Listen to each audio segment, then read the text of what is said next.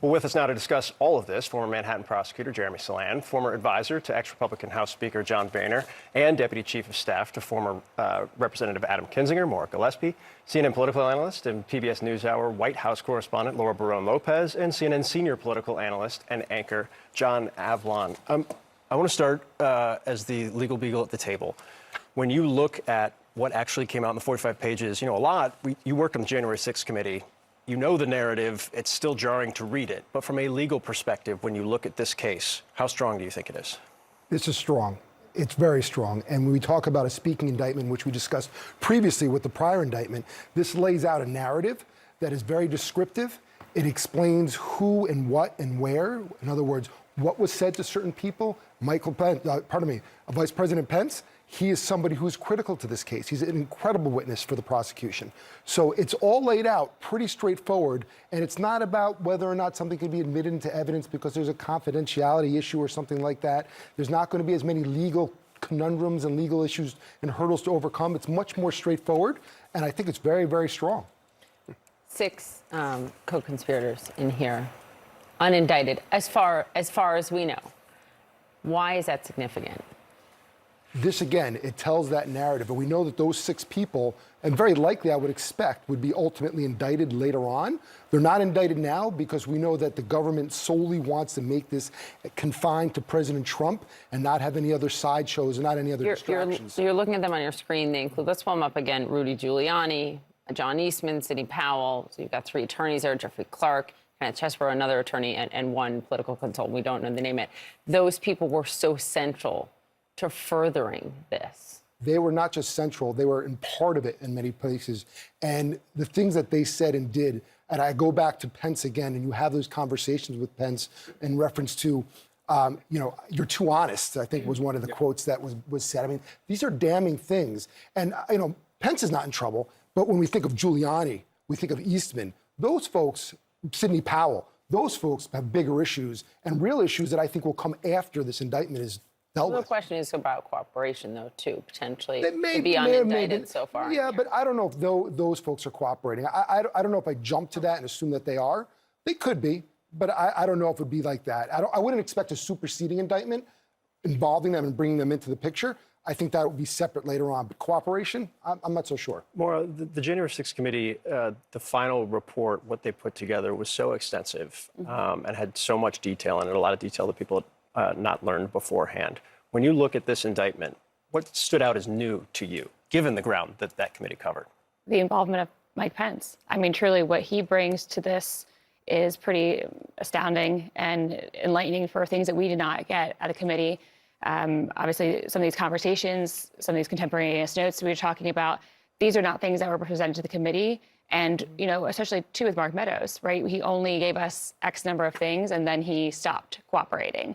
So not having the full cooperation of some of these key characters has really, I think, amplified what Jack Smith has done. Can we walk through some of those Sure. people there? So there were 3 about Mike Pence that stood out to me through reading the indictment. For example, a phone call. Right. Pence calls the president on Christmas. This is after he's lost the election. Wish him Merry Christmas. And then the significance of what Trump does and says to him jumping right into the election. Right. That stood out to me, but also, only the president was talking to Mike Pence, trying to convince him again, which we did know he was trying to convince him to, change the results of the election as soon as he got up there. And explicitly telling his White House counsel to stop talking to Mike Pence. Stop talking, because right. he was talking to Mike Pence and then alone. Even that conversation where Mike Pence says to the president, even your counsel says that this is not going to stand up. And he goes, I like the other idea better.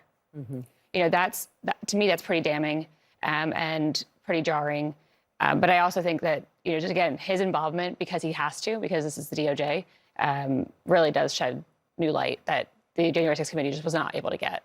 When Republicans behind closed doors, and they've said it to me too, they'd love to see the former president out of the picture, but then they don't do anything in front of cameras or publicly to ensure that that happens. Peter Baker, analysis on the front page of the Times this morning. Can a sitting president spread lies about an election and try to employ the authority of the government to overturn the will of the voters without consequence, he asks? The question would have been just unimaginable a few years ago, but Trump raises the kind of specter more familiar in countries with histories of coups and juntas and dictators. What do you make of where we are? I mean, this is what you worked last with Adam Kinzinger. This is what he was trying to say during that committee over and over and over again. This is why it's important for Republicans like he and Liz Cheney and others to press for these answers. It has to come from Republicans. I mean, largely what we saw with the January 6th committee's work was Republicans speaking truth to what happened. So trying to speak to Republicans, and what I think candidates should do, and I'll give them a little free advice, is point out some of these things about the Trump lies that so many people told him without. How much evidence do you need that the election was not stolen? Republicans were telling him that. So if he truly believes that he won, should not we question his competence? Should we not wonder about where he is mentally? And so you start chipping away at him. Talk about the 40 million, which is obviously growing, the number that he has taken from people who make $30,000, $40,000 a year. He's taking their donations for his legal bills. A self-proclaimed, millionaire, billionaire needs their $5 for his campaign fund or his legal fees. Start chipping away at Donald Trump by putting Republicans and their own words against him. Jeremy, the timing of this, you heard from Trump's lawyer last night bring this up a little bit. Trump, in one of his 8 zillion posts on his social media platform, was talking about why didn't they bring it 2.5 years ago? Why did they bring it today? It's because of the campaign. Is it because of the campaign? Absolutely not. So why did it take so long? So we had Congress doing their investigation and doing their job. And that's not criminal. They can't prosecute. And then it was referred. But also remember that everything is growing in part because Donald Trump, and you talk about using your words against you, says so much and does so much, and he's his own worst enemy. And they, meaning the government, and here Jack Smith, has to do his due diligence. And when you hear him and you listen to him, at least I did subjectively, found him to be a sort of tangible integrity. And just exude that this professionalism and concern. Whether or not ultimately you prove your case beyond a reasonable doubt is separate, but he exuded that. And I think that it's not about politics at all. It's about there comes a point in time that you have to take a stand and you have to follow the evidence and you have to pursue justice. But Maura, you guys battled, the committee battled with the Justice Department. At least you guys didn't want to say that publicly, but it was pretty clear that you guys were going back and forth with them, and there was a lot of frustration on your side with how DOJ was operating. Was there a shift, or did you guys just not know what they were working on? My understanding is that there really was not collaboration in a lot of ways, which led to a lot of frustration. And again, some of the witnesses they had that wouldn't speak to us because they were already in cooperation with DOJ. So I had some issues as well and some friction there to getting the answers. And DOJ didn't need, you meant to refer, DOJ didn't need any referral, by the way. I should just note No, that. you're 100% correct. But Congress had an opportunity, and if I recall, and if I'm mistaken, I apologize, but one of the defenses, if you will, from Trump and his team was, this is not for Congress. If it should be prosecuted, it should be prosecuted. And now we're here. And, you sort of get what you ask for, and it's pursued for the right reasons. Go ahead. I'll just say, first of all, you all in the committee deserve a lot of credit for moving this forward.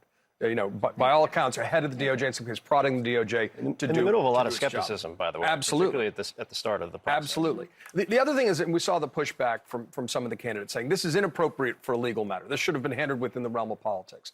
Let's get some consistency here. In the second impeachment of Donald Trump, the argument against impeaching was that this was the proper channel was the justice system, was the legal system as a private citizen. Now, some people were consistent and said, you know what, we should convict because this shouldn't be played out in the courts.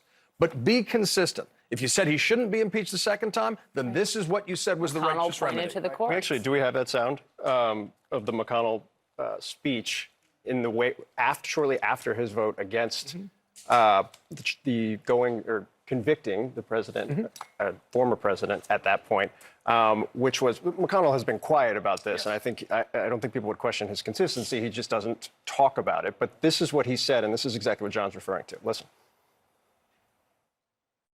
President Trump is still liable for everything he did while he was in office as an ordinary citizen. Unless the statute of limitations is run, still liable for everything he did while he was in office. Didn't get away with anything yet. We have a criminal justice system in this country. We have civil litigation. And former presidents are not immune from being accountable by either one.